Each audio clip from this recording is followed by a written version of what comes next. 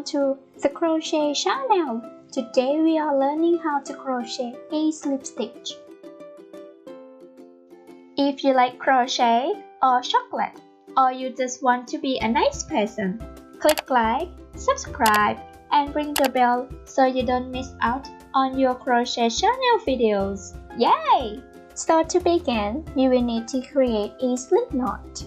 Begin by crossing the yarn to form a circle, and then insert the hook and use the hook to grab the yarn and pull through the circle. This forms a loop on the hook and a loose, open knot below the loop. Pull both ends of the yarn firmly to tighten the knot and the loop around the chain of the hook. You're done! So to crochet a chain, wrap the yarn around the hook by moving your hook under the yarn at the same time as you move the yarn slightly forward. Draw a loop of yarn through the loop on the hook. This completes the first chain. Let's try another to remember.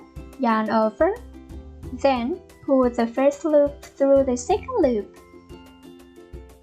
Perfect! So you will want to continue making chains in the same way until you have the number specified in your crochet pattern. Let's start with crochet a slip stitch.